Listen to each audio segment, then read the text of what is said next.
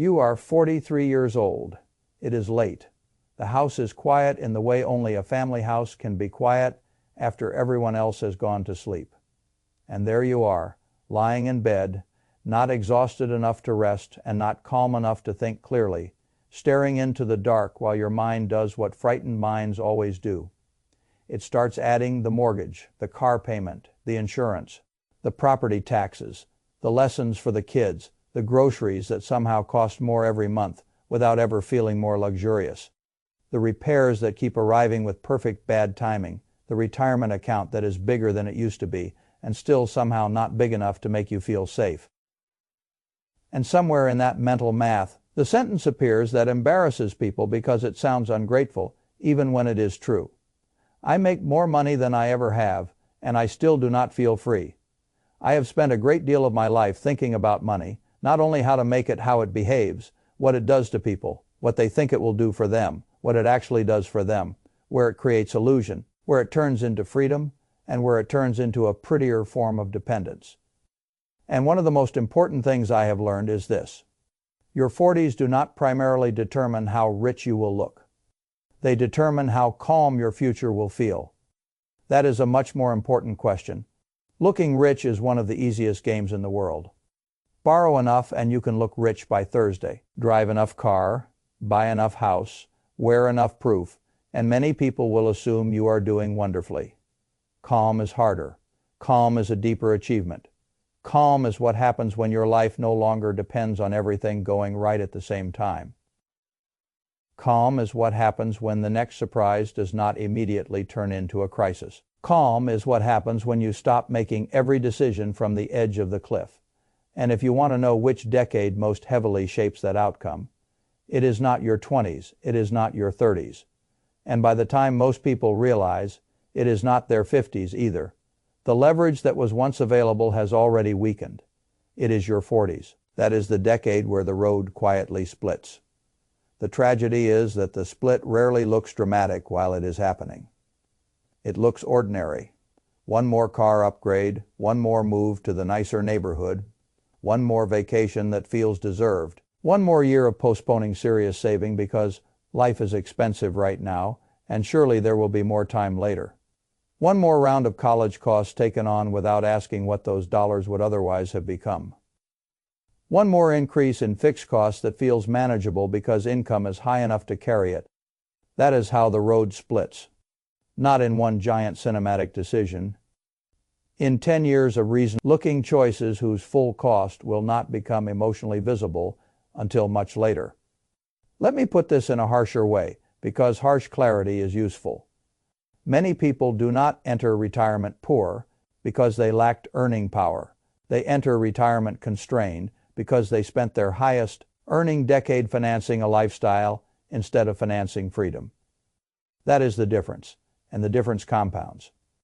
I once thought a lot about two men who, for all practical purposes, began from the same place, same town, same parents, same dinner table, same schools, same assumptions about money, same idea of what a respectable life looked like. They even ended up in roughly the same sort of work and earned roughly the same money over the arc of their adult lives.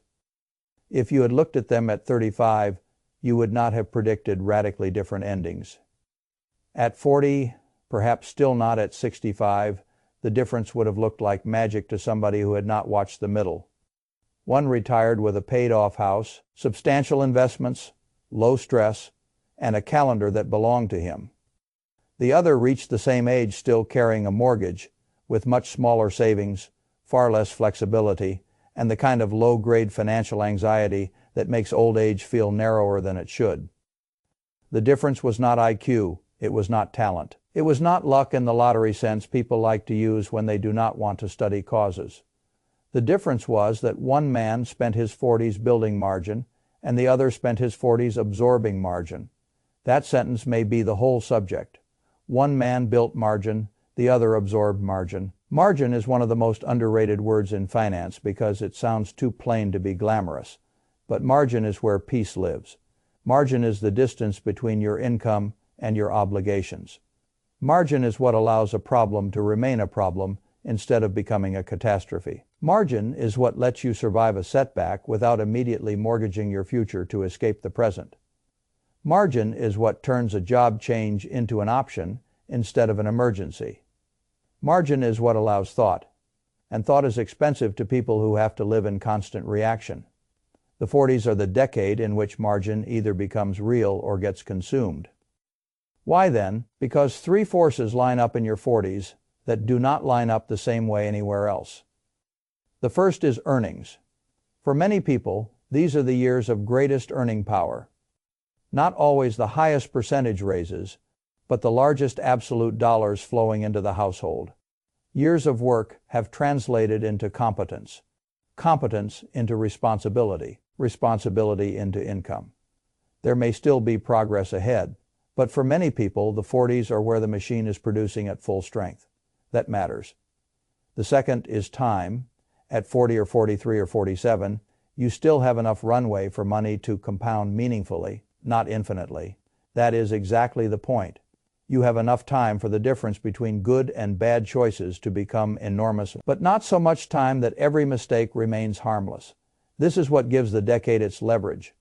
A dollar invested at 40 has a completely different future than a dollar invested at 55. That is not motivational language. That is arithmetic. And arithmetic does not care how good your intentions were.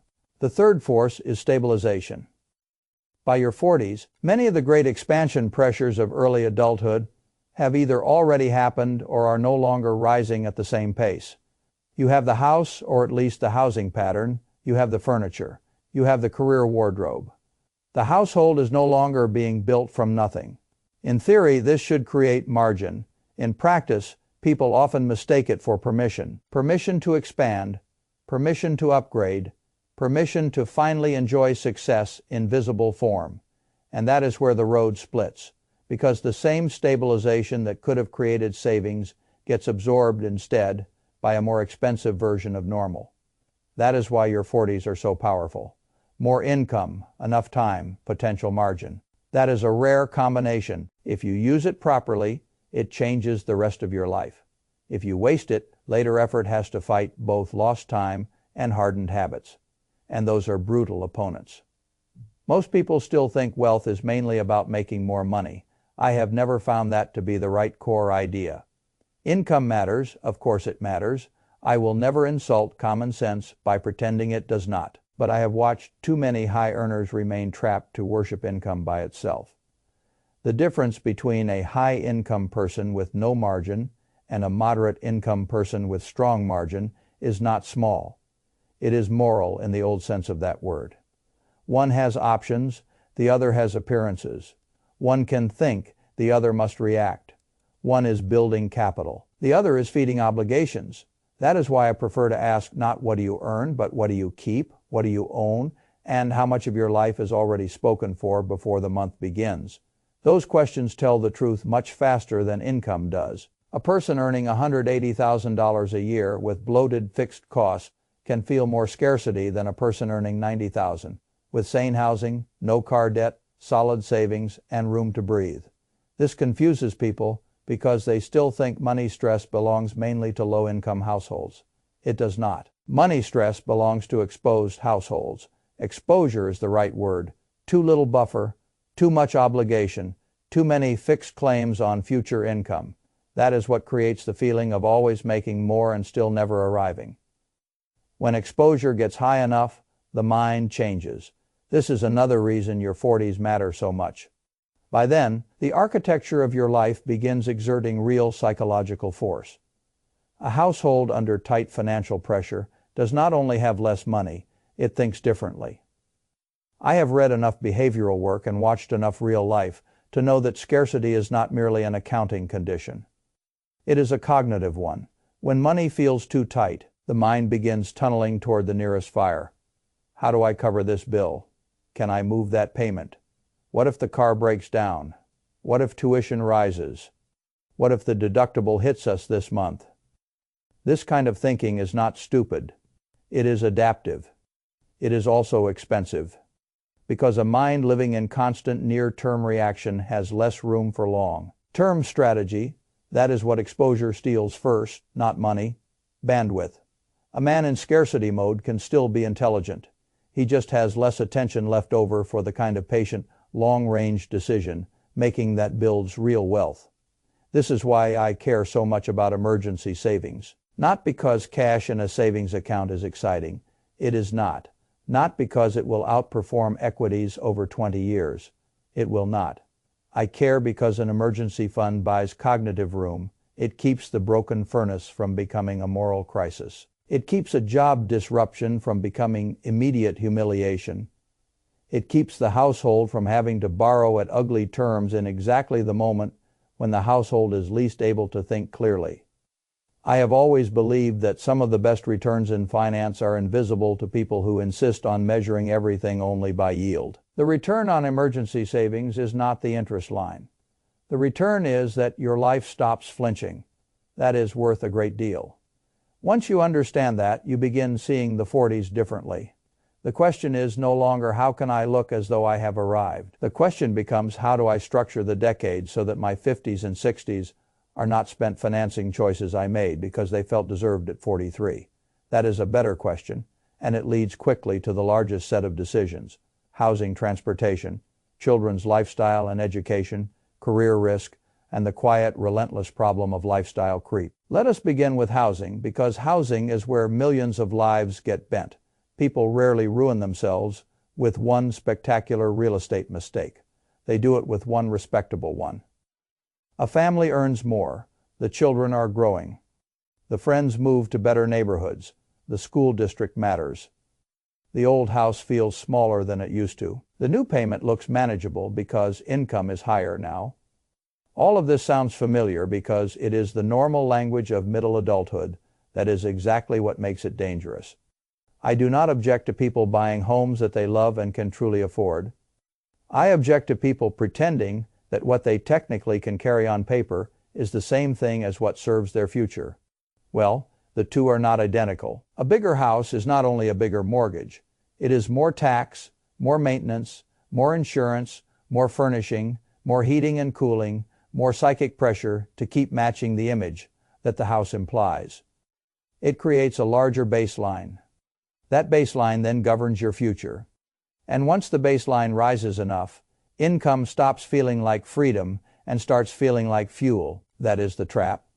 People say they bought the bigger house because they could. Years later, they discover the bigger house quietly bought a larger share of their future than they intended to sell. If a family increases its housing cost by a meaningful amount in the 40s, the real question is not whether the new payment fits the current budget. The real question is what that difference would have become if invested for the next 20 or 25 years. That is the shadow price of the house. And shadow prices are where adulthood lives. $1,000 a month is never just $1,000 a month when repeated for decades in your prime compounding years. It is a future portfolio. It is a later retirement date. It is a smaller margin of safety. It is a narrower set of choices in your 60s. This is not an argument that every nice house is foolish. It is an argument that every housing upgrade should be measured not only by comfort but by the future freedom surrendered to own it.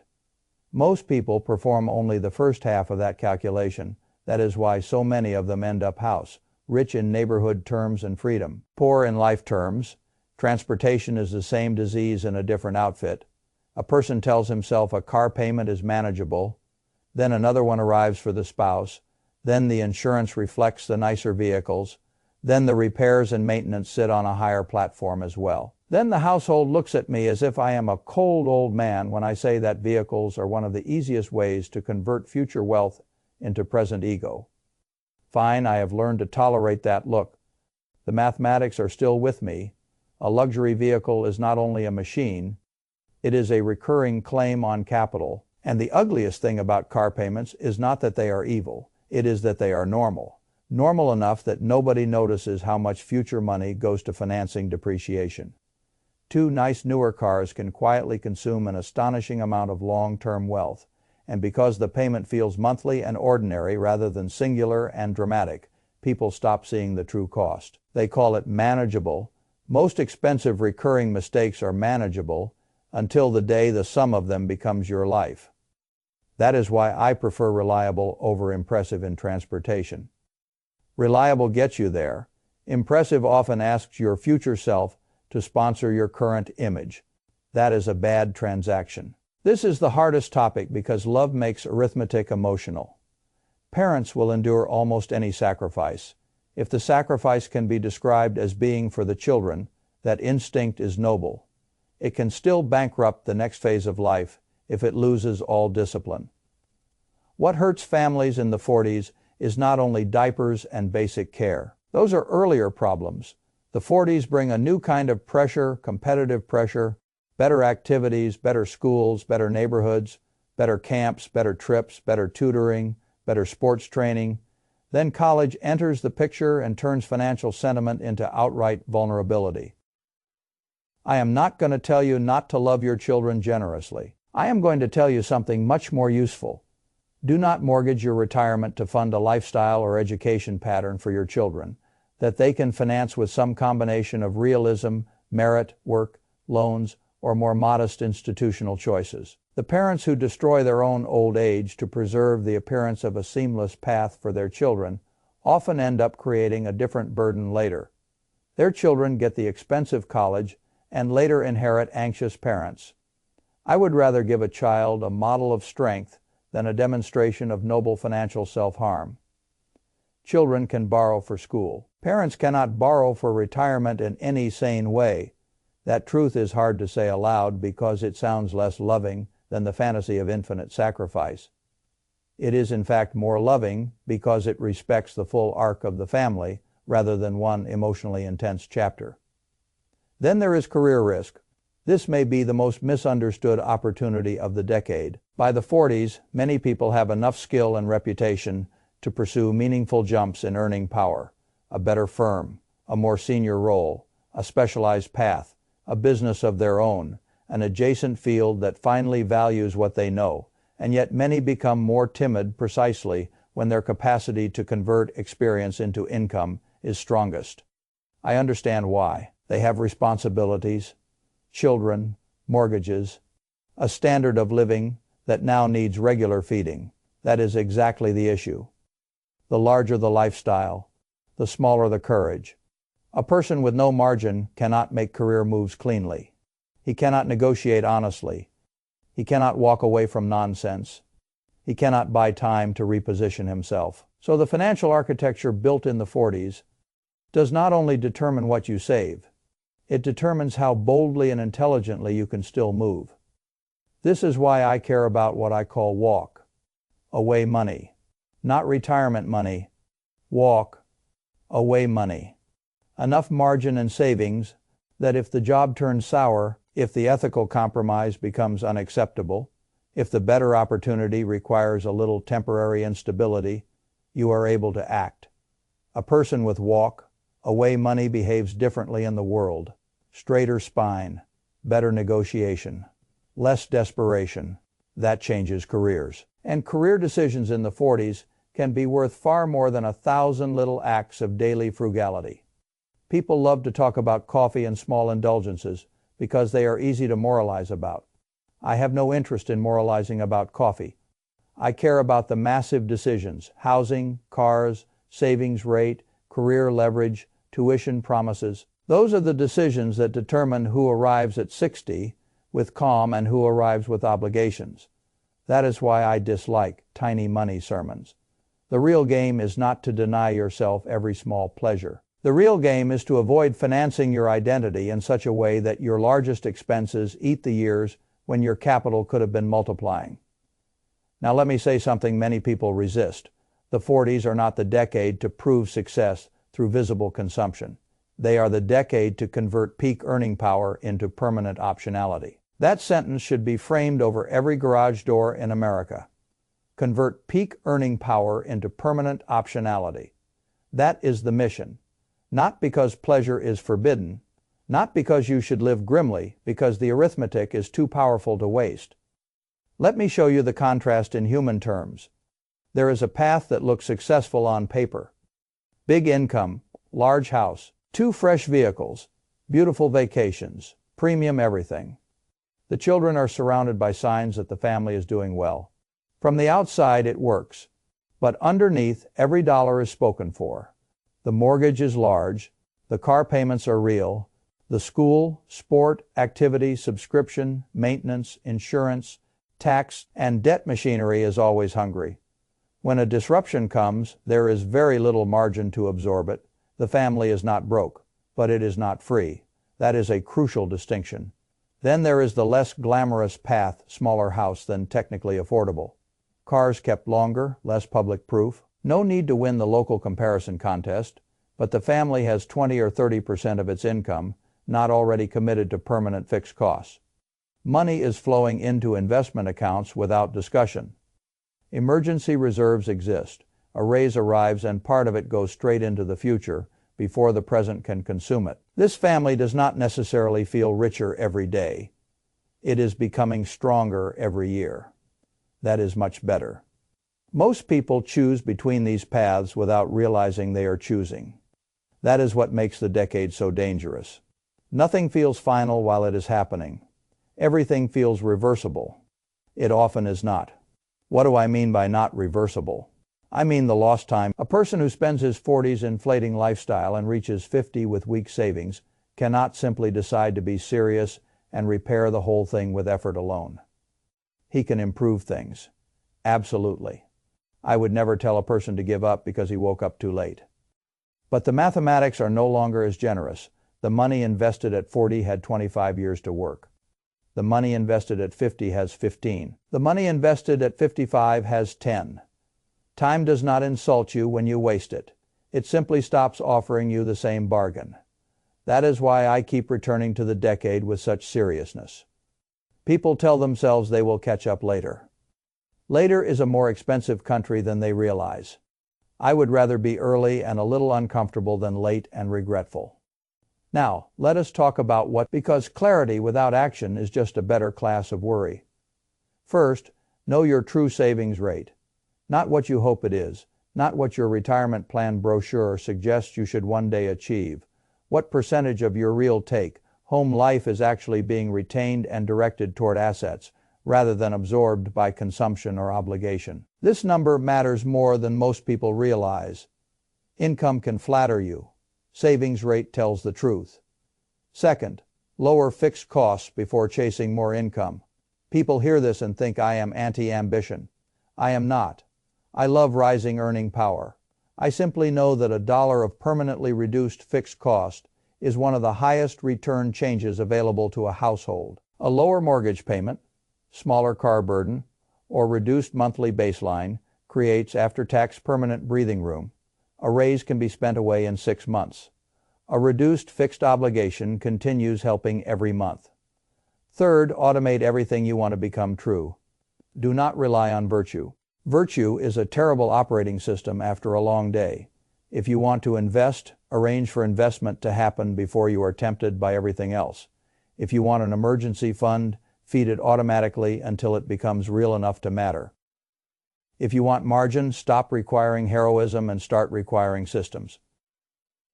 Fourth, apply what I call the raise split. Whenever income rises, do not let all of it become lifestyle. Take a meaningful share, at least half, and redirect it immediately into savings, investments, or debt elimination before your identity gets a vote. This is how you enjoy progress without sacrificing the future entirely to the present. Fifth, think in shadow prices. Do not ask only what the nicer house costs this month. Ask what it costs at 65. Do not ask only what the nicer car costs in payment terms. Ask what it costs after 20 years of foregone compounding. Do not ask only what the expensive family pattern costs in social comfort. Ask what it costs in retirement calm. A great many foolish decisions stop feeling reasonable once the shadow price is made visible. Sixth, build walk. Away money. 3 months of expenses is better than none. 6 is better than 3. A year can transform the way a person carries himself in the world. Do not underestimate the psychological power of having enough runway to say no. And finally, decide now what the decade is for. This question sounds philosophical. It is actually practical. Is your 40s decade for proof or for freedom? Proof is expensive. Proof needs audience. Proof wants visible signs. Freedom is quieter. Freedom wants assets. Freedom wants low fixed costs. Freedom wants choice. Freedom wants the right to age without panic. If you do not choose consciously, the culture will choose for you. And the culture is always more interested in how successful you appear this quarter than in how calm you feel at 68. That is why so many respectable adults end up financially stressed. They followed a script written by people who never intended to sponsor their retirement. I have always preferred a different script. Live well, yes, but define well in a way that protects the future, instead of stealing from it. Buy what truly matters. Ignore what exists only to signal something to people who are not going to pay your property tax in old age. Let your savings rise faster than your visible status. Let your investments become the evidence of your maturity instead of your purchases. And if you are already in your late 40s or your 50s, and this feels uncomfortable, good discomfort is often what truth feels like when it arrives on time enough to still help. You may not be able to recover every lost year. Very few people can. You can still reclaim the direction. That matters more than self-blame. Self-blame makes poor fertilizer. Direction still grows something. So look at the house honestly. Look at the cars honestly. Look at the subscriptions, habits, debt, school choices, spending stories, and lifestyle assumptions honestly. Ask whether they are helping your 60-year-old self or merely flattering your current identity. That question clears a lot of fog. I will leave you with this. One day you will be older than you are now, sitting somewhere quiet, and the pressure of the working years will either have been converted into capital and calm or into memories of why you never quite got ahead despite making decent money. That older version of you is not built by luck nearly as much as people claim. He is built by the pattern of your 40s, by what you normalized, by what you financed, by what you automated, by what you refused to expand, by how much margin you protected, by whether you converted your highest earning years into a stronger future or into a more expensive present. Your 40s do not need to be grim, they need to be intentional. That is different. Intentional now is what becomes peaceful later. And peaceful later is one of the finest returns money can buy.